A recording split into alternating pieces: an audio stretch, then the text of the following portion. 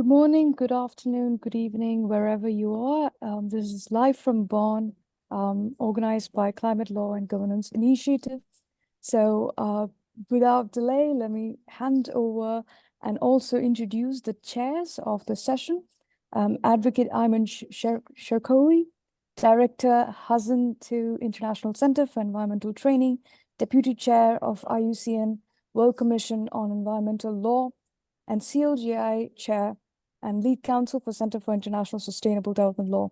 And we have from Cambridge, Professor Mary Claire Fregonia Seger, Executive Secretary of CLGI and Chair of University of Cambridge and Senior Director of CISDO. Over to you, Ayman. Thank you very much. Good morning, good afternoon, good evening, wherever you are in the world. Welcome to this Live from Bonn session. We're very lucky to have a very inspiring and informed panel of speakers that will be connecting from all over the world, including here in Bonn. Actually, you can see Susan sitting right next to me, and we're not far from Chamber Hall. Over the last 2 weeks, different stakeholders, different experts that are in this call were in Bonn, were not in Bonn. You have different perspectives on what has been transpired so far, what has yet to transpire here in Bonn. You might, if you have been following the proceedings here, you will have heard quite a bit about the new collective quantified goal on climate finance, for example, the relationship between COP and CMA, etc., etc.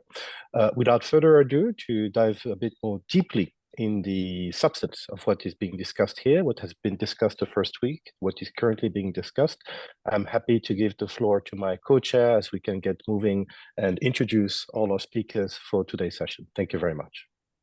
Thank you very much, Ayman, and thank you especially for the incredible work you have been doing as a chair of the Climate Law and Governance Initiative, especially in Dubai just recently with our Climate Law and Governance Day Symposium, and then, of course, the roundtables that were held to follow up from Dubai online just a couple of months ago. We're very, very pleased and honored to welcome everyone who has joined us as experts to comment on the last few days. I suppose it was a week and a bit in Bonn, and also the prospects, not just for the rest of the Bonn discussions, of course, but especially for Baku COP and Belém COP that are coming up. As everyone knows, climate law, policy, and practice must be strengthened to reduce emissions and keep the world below 1.5 degrees warming, to foster resilience and adaptation from the adverse impacts of climate change, and to promote low greenhouse gas emissions sustainable development pathways, making finance flows consistent with our sustainable development objectives. Out of 86 countries, more than 169 are stressing the importance of legal and institutional reform in their nationally determined contributions to the global response to climate change under the Paris Agreement.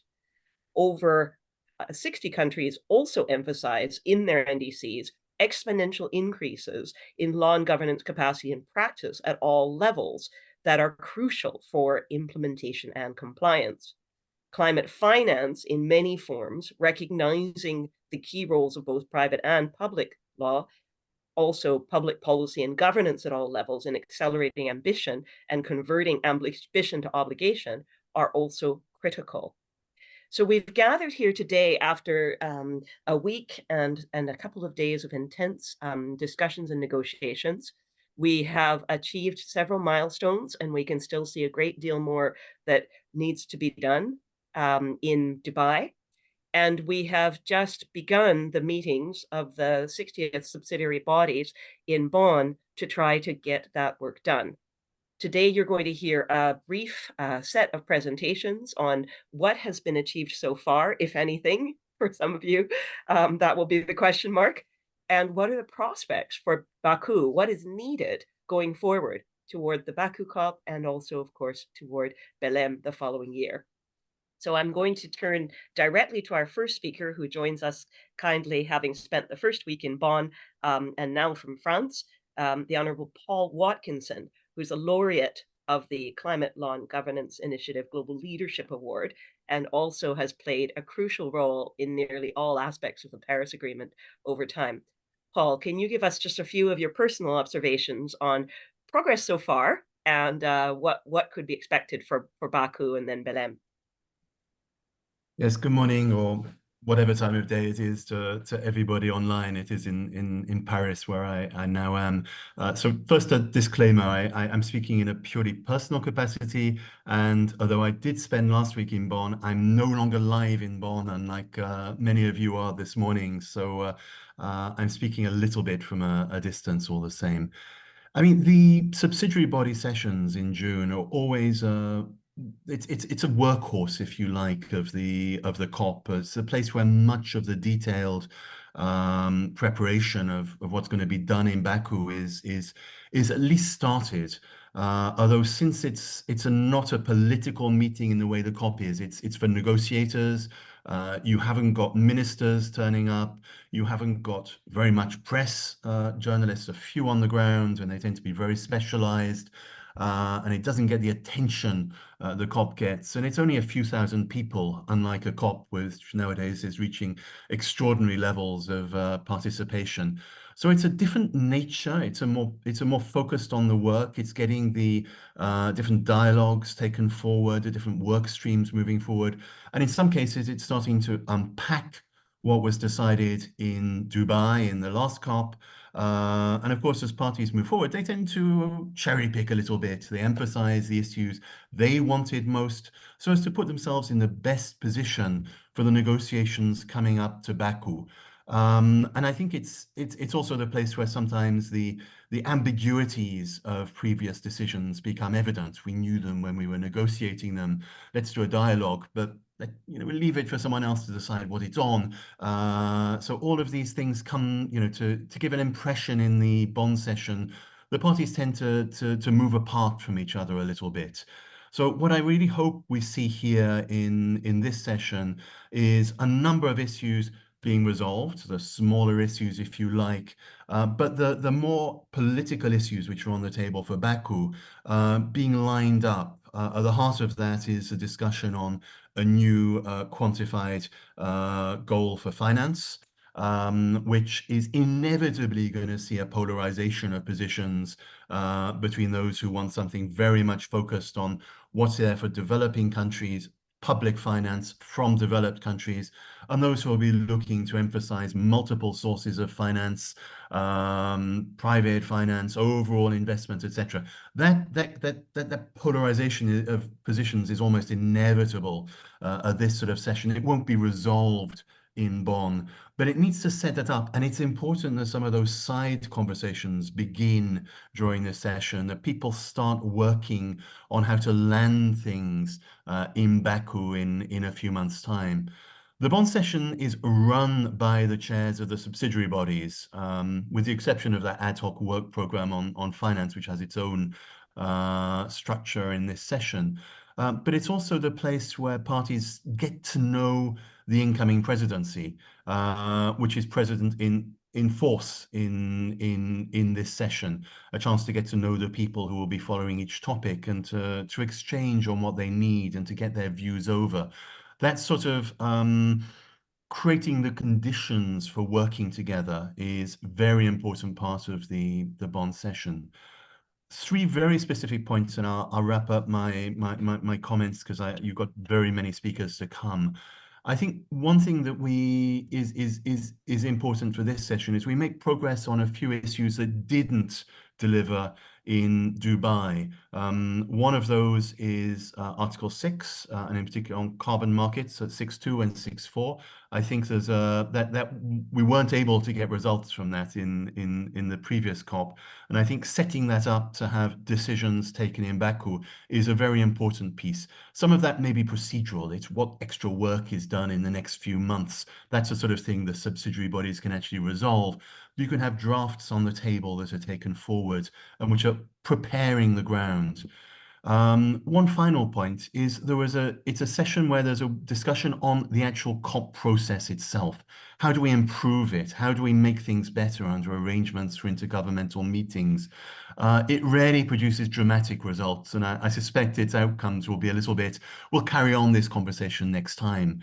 But we do need to have a serious conversation on how we improve our process, because it's getting more and more complex, harder and harder to deliver results. And we need the multilateral process to continue delivering at the heart of our overall climate action. Because if it gets stuck, other things can't simply take their place. Thank you very, very much, Paul. And those are excellent thoughts to start us off. And indeed, we're hoping to hear ideas of the experts who have kindly joined us on ways to improve the process. Speaking of improvements, I will turn directly to Wendy Miles, KC, who of course needs no introduction. She's very well known in the COP circles and debates. We're very, very pleased to have her here with us, and we would love your thoughts, Wendy, on the progress or lack of it on the issues you've been tracking, and then of course your thoughts for what is needed for Baku and for Benin. Thanks, Marie-Claire. Hello, everybody. And thank you, Paul. That was actually really, really useful framing, and makes me feel a little bit better about the lack of progress in almost every room. So Marie-Claire asked me to, and Susan asked me to report on mitigation. That won't take long. The mitigation work program was something that the SB's tried to get onto the agenda for Dubai here at the Intersessional last year, and they failed. The Munir intervened from Bangladesh, intervened as on behalf of the Secretariat at one point, which was already unusual, and said, if we can't agree to an agenda item on mitigation, why are we here? And it was the right question. So we're back, and we have gone backwards. The meeting on Thursday was to agree to have informals. That couldn't be agreed. It was an informal consultation meeting. Couldn't agree to go to informals to decide whether or not to discuss an input paper to talk about mitigation work plan at Bonn, not even have an agenda item. That failed. Came back on Saturday, tried again. That failed. There was a meeting yesterday, late yesterday, on mitigation work plan. And the point it is now, and I can't see it changing, is there will be no mitigation work program, I should say, on the agenda. That is clear. There will also not even be an input paper on the mitigation work program to go forward from this meeting. All there is going to be at this stage, unless something dramatic changes, and if anybody has the ability to make it change, I beg you do so, all that will happen is there is a procedural note that there were 3 meetings here. That's it. So if we don't mitigate, we might as well all go home. So I've also been following NCQG and the Article 6, although I missed Article 6 yesterday. So I can come back on any of that, but I'll give your other speakers time. Thank you so much, Wendy. And yes, I ran into Wendy a couple of days ago, and she was looking very annoyed with the progress, rightfully so. So thank you for reporting on that, and for also especially letting in all of our participants online, those who are watching this video later, and of course, those who are here with us. I'm going to turn to Hafiz Khan now, who's obviously been participating very much in the loss and damage discussions. Hafiz is another one of our lawyers and negotiators who is extremely renowned in the debates, representing the Center for Climate Justice Bangladesh, but also serving on the executive committee of the Warsaw International Mechanism for Loss and Damage, and of course, having worked incredibly hard on the new response fund that was announced in Dubai. Hafiz, the floor is yours. Yeah, thank you, Professor Marie-Claire. Good morning, colleagues and friends from SB60 Bonn, Germany. So I would be very precise and will focus on loss and damage outcomes here from SB60. Colleagues, the mandate of the SB60 is to adopt a terms of reference to review the Warsaw International Mechanism for Loss and Damage. We all know that loss and damage, we got a comprehensive institutional landscape to deal with the loss and damage, that is Warsaw International Mechanism, also fund and funding arrangement. Now, this is the 3rd review that will take place in Baku at COP29. So we are now here at SB60 trying to develop terms of reference. In terms of terms of reference, we all are engaged still now. However, last night we agreed on the scope, objective and scope. We would like to assess the performance of the Warsaw International Mechanism to look at the efficiency, how it is delivering the needs of the vulnerable communities and ecosystems. Based on this backward-looking assessment, we will take some sort of forward-looking approaches, particularly to ensure the coordination, coherence, and synergies among the constituted bodies, those we already agreed, for example, executive committee, that is, we do consider as a policy arm. On the other hand, Santiago network that aims to catalyze the technical assistance, and of course the fund and funding arrangement aims to provide financial resources to the vulnerable communities. Now challenge how to ensure the coherence between and among all these three institutions. Not only that, some other actors are also involved with this process who are not within the convention. So coherence, coordination, and synergies would be a big issue, not only at the global level, also at the local level. And during the Glasgow dialogue here, we discussed about the need for coordination and coherence among different institutions, policies at the national level. So that is the challenge, and Baku hopefully will take a comprehensive review, and that would provide us clear guidance for coherence, coordination, and synergies among these institutions. My final point would be NCQG. Paul already talked about it. Particularly developing countries, all we would like to see the particular goal for the loss and damage, because fund and funding arrangement is there. So there is a need for a specific goal on loss and damage. Unfortunately, it is a bit contentious, and we are very much looking forward to have it at COP29 Baku. I would like to leave it here. Thank you so much for hearing me. Thank you very much, Hafiz, and thank you also for the hard work that you're doing on these issues and keeping us posted. I'll turn directly to Professor Alessandra Len. Airport was recently wiped out in the floods in Brazil and traveled very long distances in order to be with us last week in Bonn. Alessandra, would you like to say a few words about what you were tracking while you were there and the event you hosted? Of course. Thank you, Marie-Claire. Thank you, Ayman. Lovely to see you today. So as the goal of today's panel is to provide a recap of week one. And being from the south of Brazil and from the state that was hit severely by floods in April and May, so quite recently, I was asked to report on the discussions we had last week that were pretty much centered on disaster prevention and response. So just for some context, I wanted to start by saying that the floods were unprecedented. It was the fourth severe flood in 9 months in the region, which is, of course, saying a lot. It has affected 90% of the state, which is an area equivalent to that of the UK. It has displaced almost 600,000 people and caused 175 casualties. So unfortunately, we're still updating the numbers as we speak. And I wanted to highlight this a recent report, which is relevant to our discussion today, which was recently released by the World Weather Attribution Initiative, which is led by Imperial College London, which pretty much stated that even though we had El Niño season, which is, of course, a cyclical event, Brazil floods were made twice as likely by climate change. So I was also asked to reflect on how we could enhance disaster prevention and response, considering the general themes of COP29 and COP30. So, of course, in COP29, we have the general theme of finance, and in COP30, we'll have presentation of new NDCs.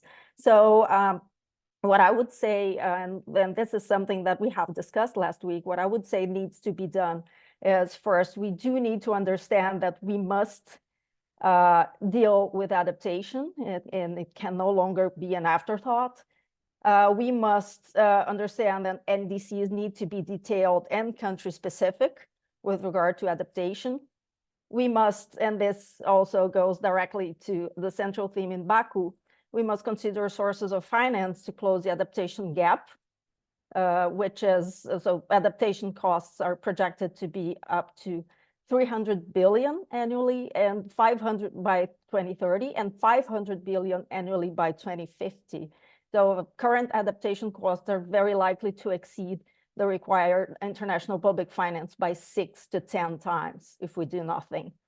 And of course, adaptation efforts need to be very much grounded in reality. So we need to prioritize sectoral policies where they can make the most impact. And as I mentioned, parties will need to present new NDCs by COP30 in Brazil. So law and policy can help strengthen the process of submitting new NDCs by helping design best practices for NDC preparation, such as stakeholder capacity building, systems for transparency and public scrutiny, incorporating experience from previous NDCs, stakeholder consultations and peer reviews, which are very much needed in Brazil right now, and urgently strengthen and prioritize adaptation. Thank you very much. Thank you, Alessandra, and thank you for an excellent set of events last week and for the incredibly important work that you are doing. I'm afraid more and more of us, as time goes on, will be sharing stories like the terrible one you brought to COP, and we will have to do everything we can to prevent things from getting worse. I'm going to turn to Nina and Leticia, who are both members of the International Bar Association, together with Emily, and each of course speak for their work that they do in their law society or Order of the Bar or at the IBA itself. Nina, Leticia, Emily, do you have a few thoughts for Belém and Baku? I'll kick off because I've got the context to set, and then I'm going to leave the happy news to others. I'm afraid I have none. Now, I'm an outsider, just to put this all in context, and I was slightly surprised, more than slightly surprised, that law and or legal were not mentioned in the Paris Agreement. The preamble does mention legislation, but I'm told by international lawyers more knowledgeable than I that preamble or text cannot create new legal obligations on its own. Now, that might make sense to a diplomat, that law is not mentioned, but it makes no sense to an outsider to the whole process who's thinking about how you actually get things done at any appreciable scale, whether that's a single infrastructure project or, as we're contemplating here, whole economy-wide transitions.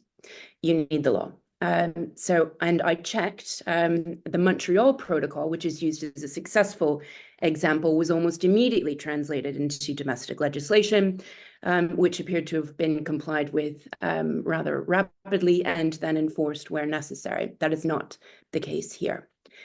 So in Bonn, sadly, I wish I could say I saw progress. I saw no progress in this. There was no recognition of the essential power and importance of the law to implement the Paris Agreement, even though we are talking about implementing the Paris Agreement, and I don't see how you do that without the law.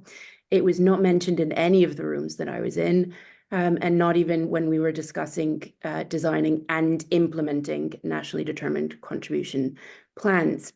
Now, the second intervention I'm asked to provide is on prospects for developments in Baku and Belém. We've got very limited time. So as I said, that's my context setting. I'll pass on to Leticia, who hopefully have some more optimistic things to say. And thank you so much, Nina. And by the way, just to give you a little jolt of hope, the global stocktake dialogue that took place in the Grand Hall, some of the countries did actually bring forward their plans for new laws on climate change, and even in the case of Chile and Switzerland, considered their new laws the foundation for the actions they're taking to achieve their NDC. So slowly, I know why Switzerland did one or it. two places where these issues are coming in. And of course, as everyone knows from the event last week, the International Tribunal on the Law of the Sea has been very, very strongly in support of what you've just said, Nina, and have come forward deeply emphasizing the importance of law and policy reform in this area, both to meet Paris obligations and beyond, with Paris not exhausting legal obligations of countries. Turning to Leticia and then Emily. Hi, hello everyone. Pleasure to be here. So I think that I can talk about the tendency that we're going to have going to Baku and then to Berlin. That I think when we get to Berlin, it's very clear that we're gonna push the agenda, because Lula has a very practical way of putting things, and he has already introduced in the G20 the idea of the international taxation to raise funds for climate. And I believe that this is a practical idea how to raise money to actually compensate and bring money to funds to mitigation and adaptation. So I'm expecting a lot of developments in Baku and after in Brazil, especially towards this practical idea that was introduced by Lula in the G20. I think in respect to the law, we can find all in Belém that South America as a whole in Brazil has a lot of grounds for environmental and climate law. We have more of a problem of enforcement.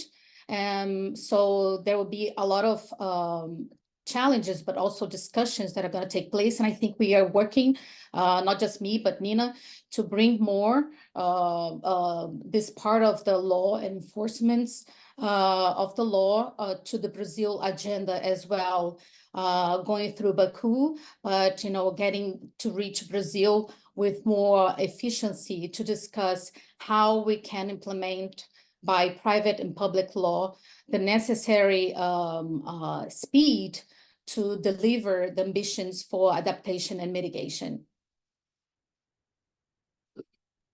Thank you very much, Leticia, and we look forward to see what you're able to do towards that in the next 4 days now that you're in Bonn and moving forward on our behalf.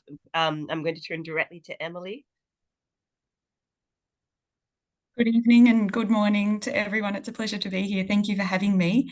I'm Emily, and yes, I'm a member of the Legal Policy Research Unit heading up things on climate, National Bar Association. I landed in Bonn yesterday, so cannot provide any kind of comprehensive recap, but I was really interested by one discussion I had in the corridors with someone who's been assisting with advising various LDCs on negotiations, and they commented that the incredibly cross-cutting nature of so many of the issues that are being discussed at this particular intersessional has been something that's quite striking to them and has kept them extremely busy.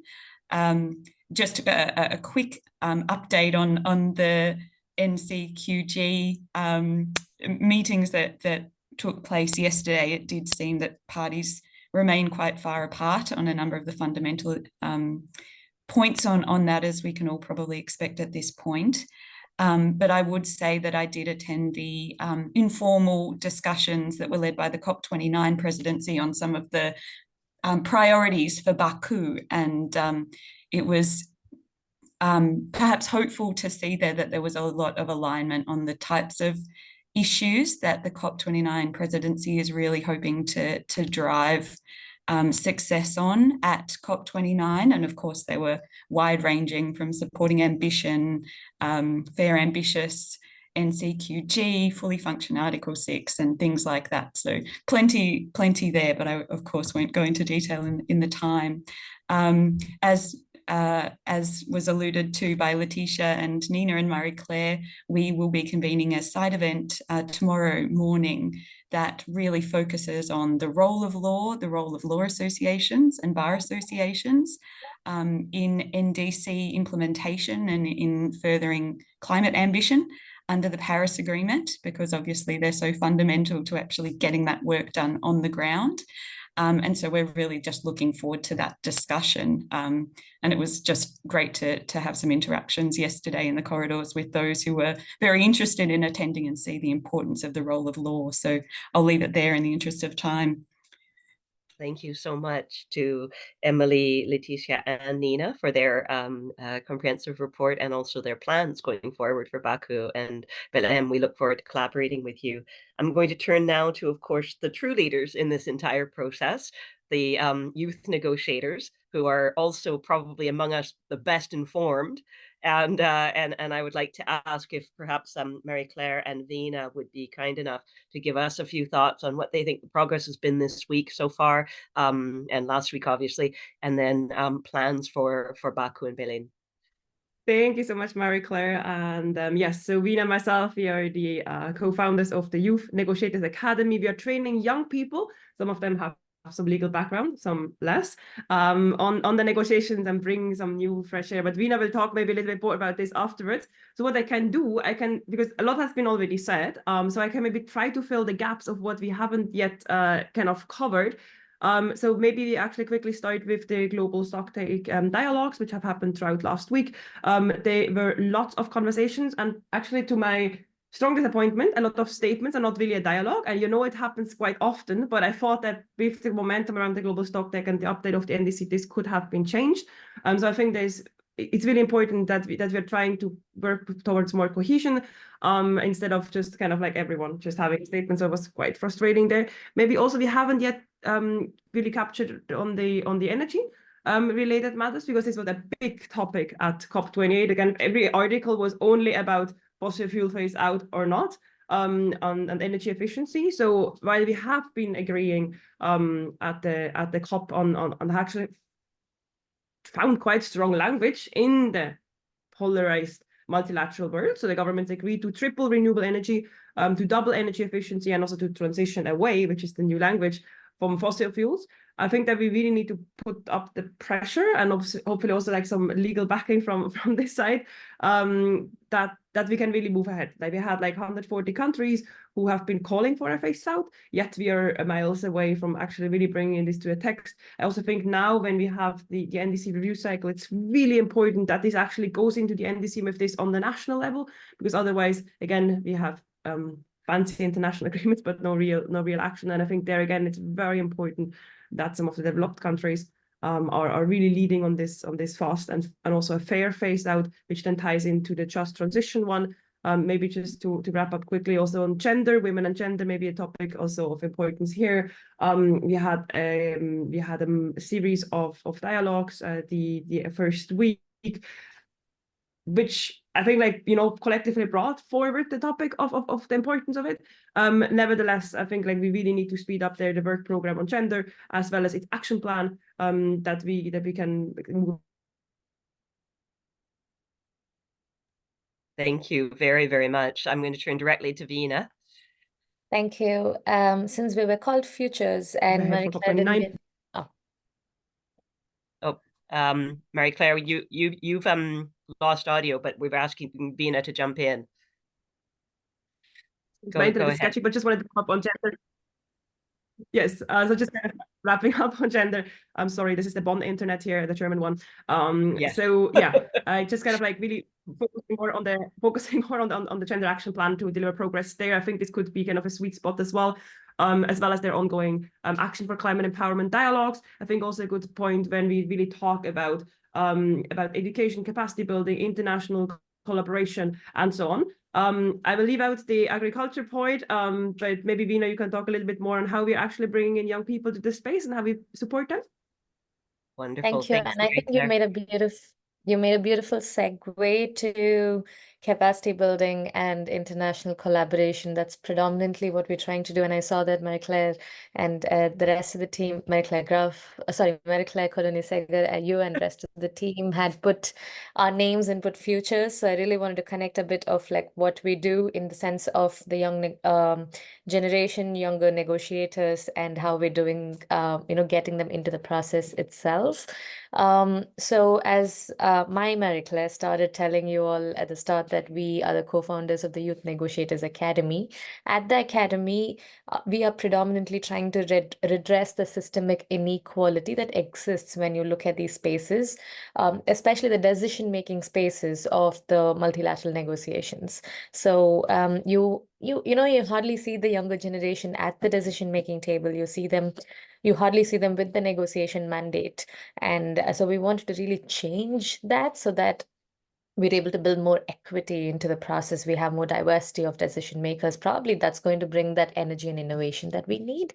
And at Bonn, we have almost 23 or 24 of the negotiators we have trained in the past, which is absolutely fantastic to see. And we notice that the countries are seeing value in having the younger generation being trained as negotiators. So and because they fund them, they bring them, they see that, oh, this person is now a great talent for my country and they can actually represent my country really well. So I just wanted to like say that what we do is also like then build capacity. We deliver on the mandate of the UNFCCC in a way to build capacity for parties. So we build capacity for these negotiators on the different thematic elements that we spoke about today, as well as really bringing that international solidarity and cooperation, which is, really building that community. So we're a global program, it's a global cohort. So we try and see how can, when you're sitting inside the rooms, build consensus. So we train them for 6 months on not just the thematics, but also on how can we be there peer-to-peer, support, understand, bring compassion, empathy, etc. I'm not going to go long from here, but just wanted to quickly wrap up to say it's going to be a very interesting COP ahead of us in the sense of the climate COP, at least geographically, and there's and we support a large cohort in that sense, and we're definitely going to need a lot of support, and I'm also going to then we're going to be connected to all of you and speak to more of you in that sense in the coming weeks.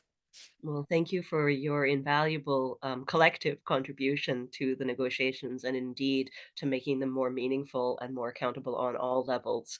That was excellent, both Mary Claire's sort of substantive overview of the bits that hadn't been mentioned yet, and of course, Veena, not just the reason why we're all here, but also ways that we can help. I know there are people online with us who will be coming to find you in the next couple of days because they have either brilliant candidates for your program or contacts for you, or would otherwise like to be able to help. I'm going to turn directly. We've been joined by quite a few people internationally from all around the world. And I noticed we also have over 110 online, which is a surprise for me. Normally, if you have 700 register, you have 60 in the room and everyone else watches the video later. So I want to say a very special thanks and welcome and warm appreciation for those who woke up at whatever time it is for you to join us online, and yes, we would welcome especially questions in the Q&A. I'm going to turn now to my co-chair, who will lead the questions that come from either those online or also those in the Q&A. Over to Ayman. Thank you. Thank you very much, Marie-Claire. So I can see a few questions in the Q&A. I shall read them briefly before moving to our international experts that are also connected online and can make important contributions, of course, to the conversation. So the first question I can see is from Bridget, who asking about what are the primary objectives and legal innovations and policies that are to be discussed at COP29. A second question is asking about to what extent have the specific needs and special situation of LDCs when it comes to funding and transfer of technology have been taken into account, and if so, what are some of the needs that have been identified? I think one of our speakers in particular from earlier will be well positioned to speak to that. Another one would speak also to a couple of the speakers that spoke very recently, is how can youth in Africa join the generation of Youth Negotiators Academy, and finally also interest from Cassandra about the Youth Generation Negotiators. So before addressing those, I'm happy to hear from Professor Marcus Kering, who's an Associate Professor at the University of Cambridge and also a lead counsel at the CEST. Marcus, the floor is yours. Thank you. Thank you very much, and thank you for these amazing briefings. Of course, climate law in general does not just take place in Bonn in the UNFCCC. It goes way beyond that. And as the CSTL lead counsel for sustainable trade, investment, and finance, I just wanted to give a big shout out to the amazing initiatives that exist around the world, we are seeing a convergence between the climate challenges and international economic law, broadly international trade law, and international investment law specifically. A warm welcome to a member of my college, Nick Scott, who, together with the amazing Net Zero Lawyers Alliance friends, Wendy Miles is here on the call, Lara Dombrowski is also on the call, have put together the Hughes Hall Climate Atlas. Google it, because it analyzes UK and US law and tries to identify how climate change is relevant in distinct areas such as labor law, contract law, tort law. So it can be a real resource for all practicing lawyers, however distant your practice is from the international climate negotiations. Also, a shout out to my colleague, Mateus Perez Garcia, because we've just finalized a large research project on climate change and trade negotiations. There's so much happening in the space, and I think it is fair to say that future trade agreements and even existing trade agreements that are being shaped by joint interpretative statements, by coordination council decisions, can no longer ignore the climate crisis, have to take climate change very seriously. And in many ways, that's why the next 12 months are so important, because many of the modern climate agreements, modern trade agreements, link directly to the nationally determined contributions, to the NDCs.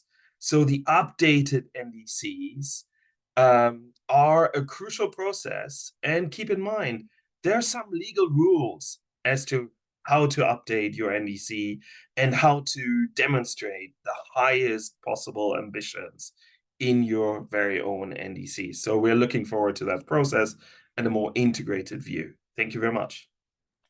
Thank you very much, Bunch. So at this stage, I'd like to revert back to some of our earlier speakers so that they may react to some of the questions that were identified. And first, Wendy, would you like to react to one of the questions? Thank you so much, Ayman. And hello again. Just on the mitigation, I just saw on the work program for today that it is back on the work program for a 2-hour meeting from 3 to 5. So there's a New Zealander co-chairing. So fingers crossed, everybody.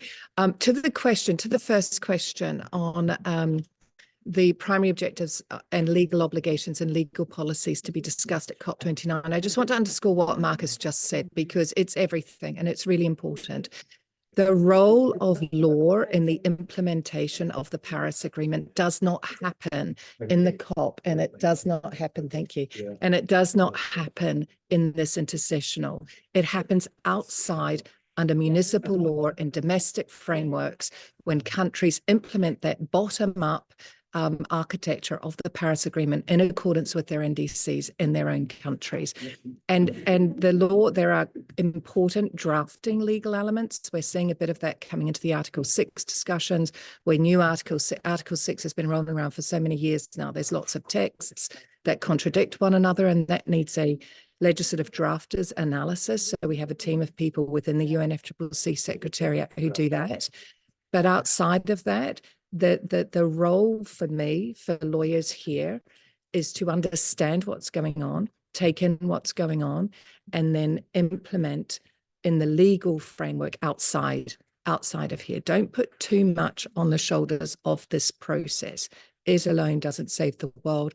It's what happens with implementation through the law outside this process. So I think Marcus is absolutely right. And that Atlas is a really great tool. And hooray to Hughes Hall for championing it. Thanks, Simon. Thank you very much, Wendy. So I can see Alessandra has raised her hand. I'll be giving her the floor in a couple of moments. I wanted to acknowledge that we have other speakers as part within the firewall that are very welcome to also react if they would like to. I'd like to acknowledge, for example, the presence of Advocate Lara Duvartzitis. I would like to also acknowledge the presence of Mr. Ricardo Menendez Ortiz, Professor Pamela Tuela Sambo, as well as Professor Zuneida Musa Wadiwala, among other speakers. So if you'd like to react also, just raise your hand. I'd be happy to give you the floor. Without further ado now, giving the floor to Alessandra. Thank you. Thanks, Simon. So very briefly, I wanted to react to Bridget's question on what's important from the legal standpoint in Baku. So I wanted to highlight that one of the main goals of Baku will have the national, the new quantified collective goal defined.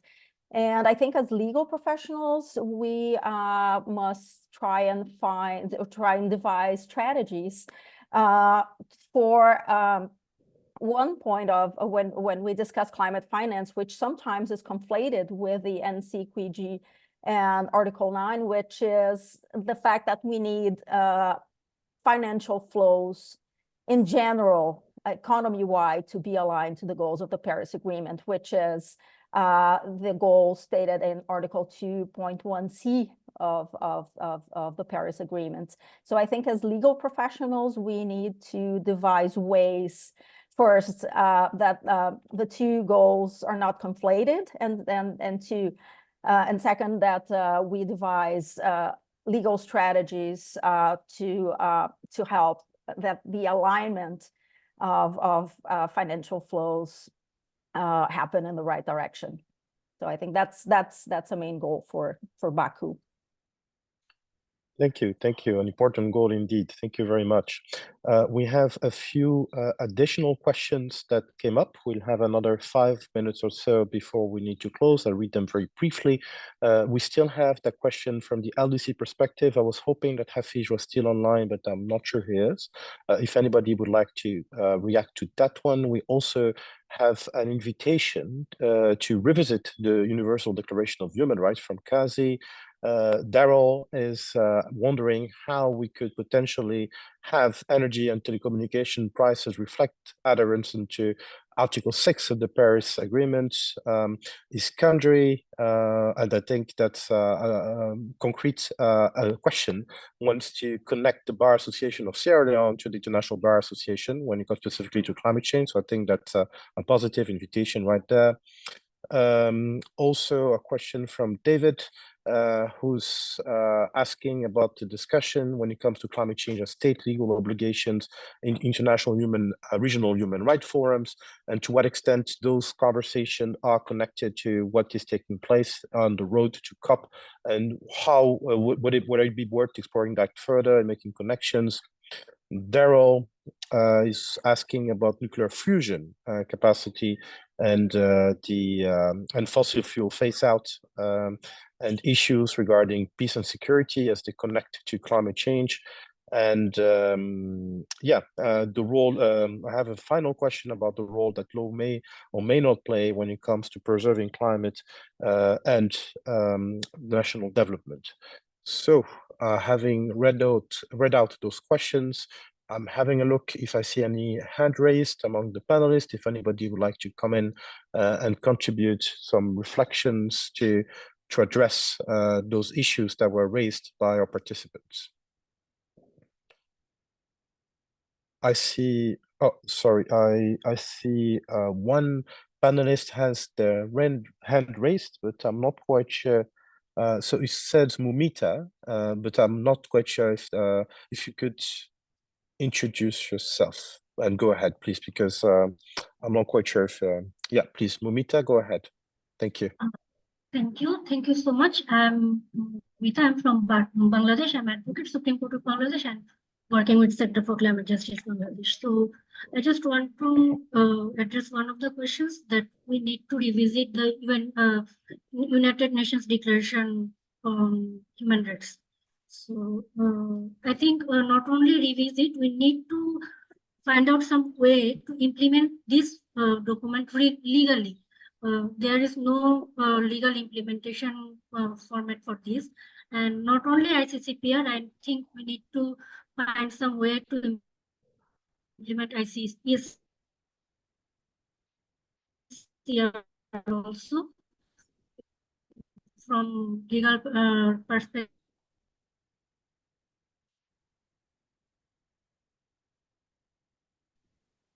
Implementation in local level and international level.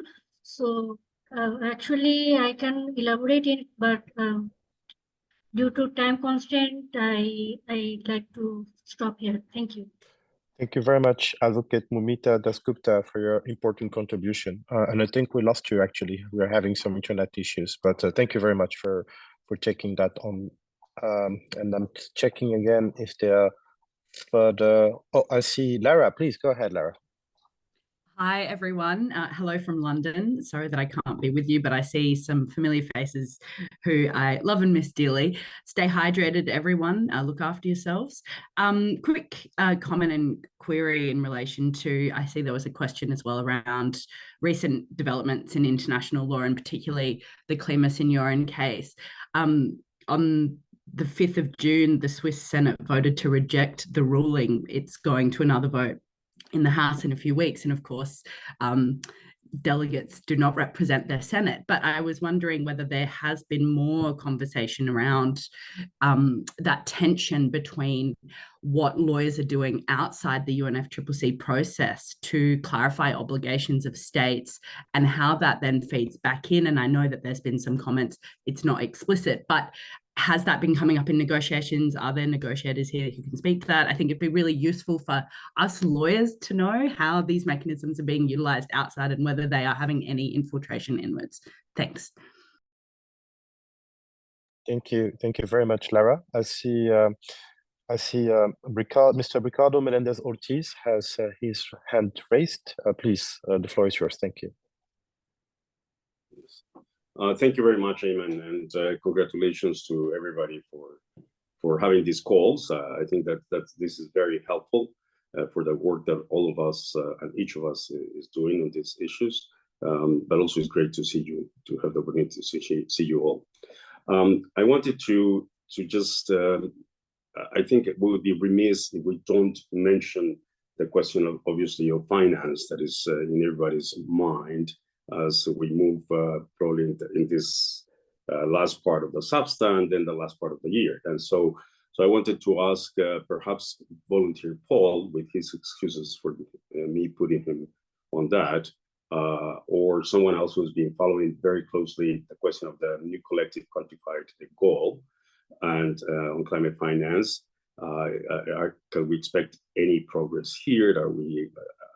Is it reasonable to expect progress there, as well as on the new enhanced transparency mechanisms that have been introduced? I haven't heard much about this in the discussion. That's why I bring it up. So thank you again, and thank you, Marie-Claire. Thank you very much for coming in. And yes, I can attest that there's been a lot of conversation here about the climate finance even last year. And Alessandra was also referring in her earlier remarks to COP29 being a climate finance COP. There are high expectations in that sense, and a lot of hard work having taken place last week and still ongoing in that regard. Unfortunately. But as you addressed specifically the question to Paul, I'm happy to give him the floor if he wants to react. Thank you. I don't know if I can give a better reply than anybody else. I'm sure others are more focused on this. I mean, I mentioned myself in my comments that finance is at the heart of what's going to be on the table for the political discussions in Baku. So I think it's very much lining that up, but really linking it to the real world discussions on finance. What are the sources? How can that really be driven? And what are the signals countries are giving? I think that links very much back into the theme of the legal frameworks that many of you are stressing. Those are the signals which are heard by investors, as well as the political signals coming from the COP. It's that balance between them we're going to have to get to drive it. And one other point Ricardo mentioned, there's a lot going on to prepare the implementation of the new transparency framework of the Paris Agreement. That's not so much a negotiating point now, but there's been a lot of exchanges around how that will work. And that's going to be, getting that going well is going to be critical, because that's at the heart underpinning the credibility of the implementation of the Paris Agreement. If we don't know what people have actually done, there's no credibility.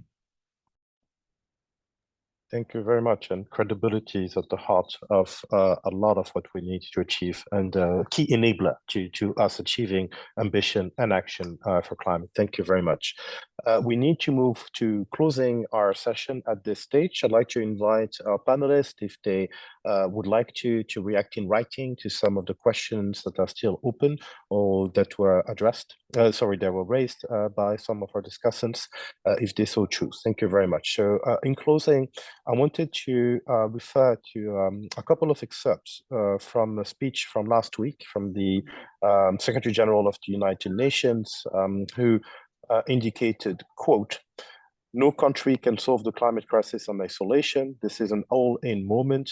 Humanity is just one small blip on the radar, but like the meteor that wiped out the dinosaurs, we're having an outsized impact.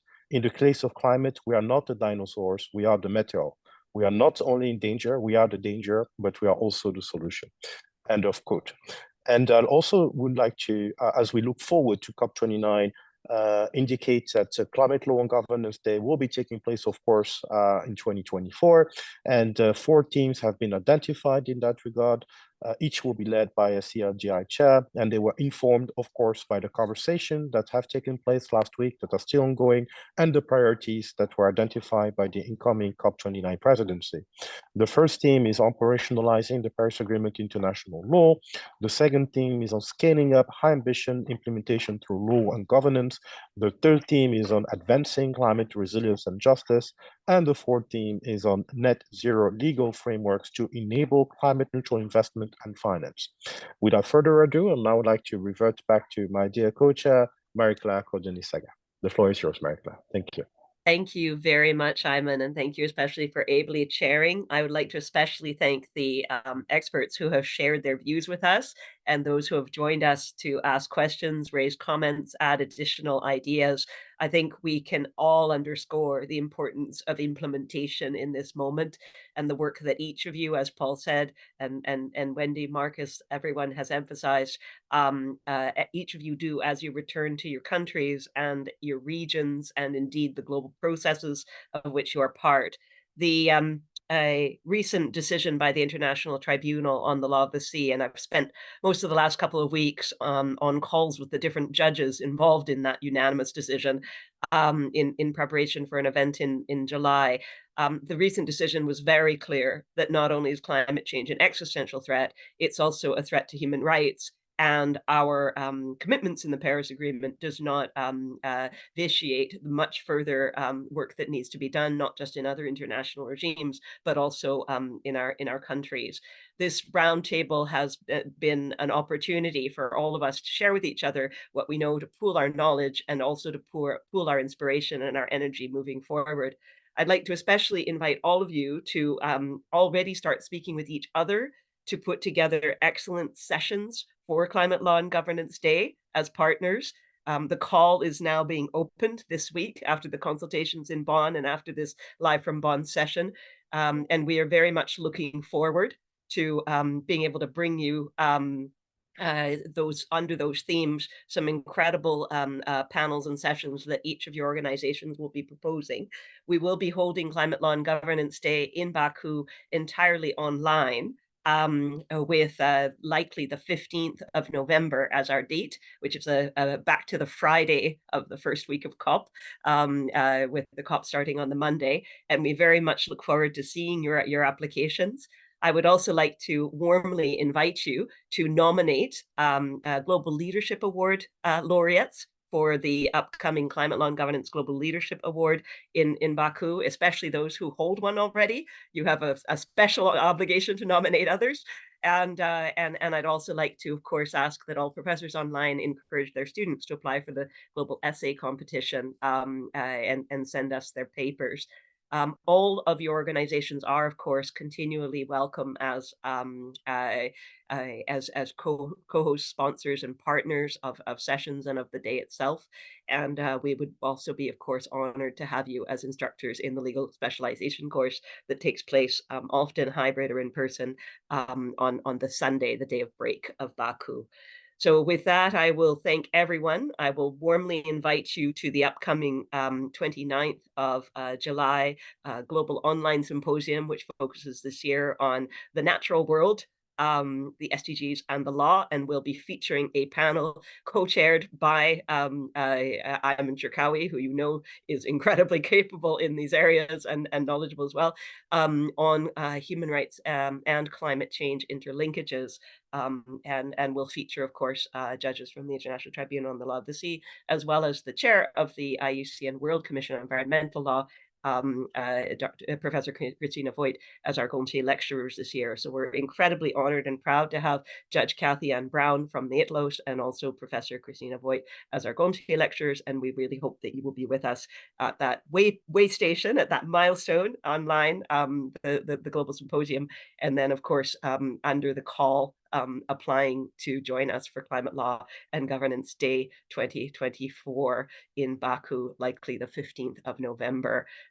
Everyone who has been part of this call and everyone who has been answering and asking such excellent questions and answers on the chat, and indeed all of the registrants and participants who joined us this morning are especially warmly invited to be part of Climate Law and Governance Day and the initiative.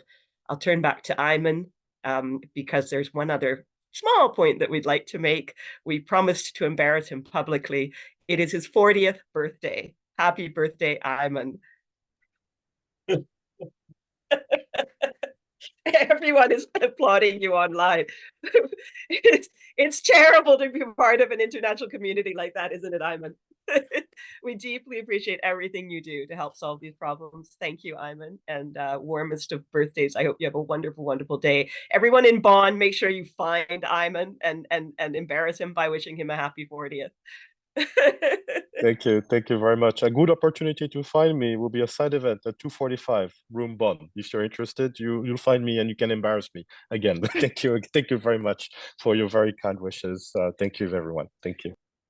Thank you. Bye for now. Thank you.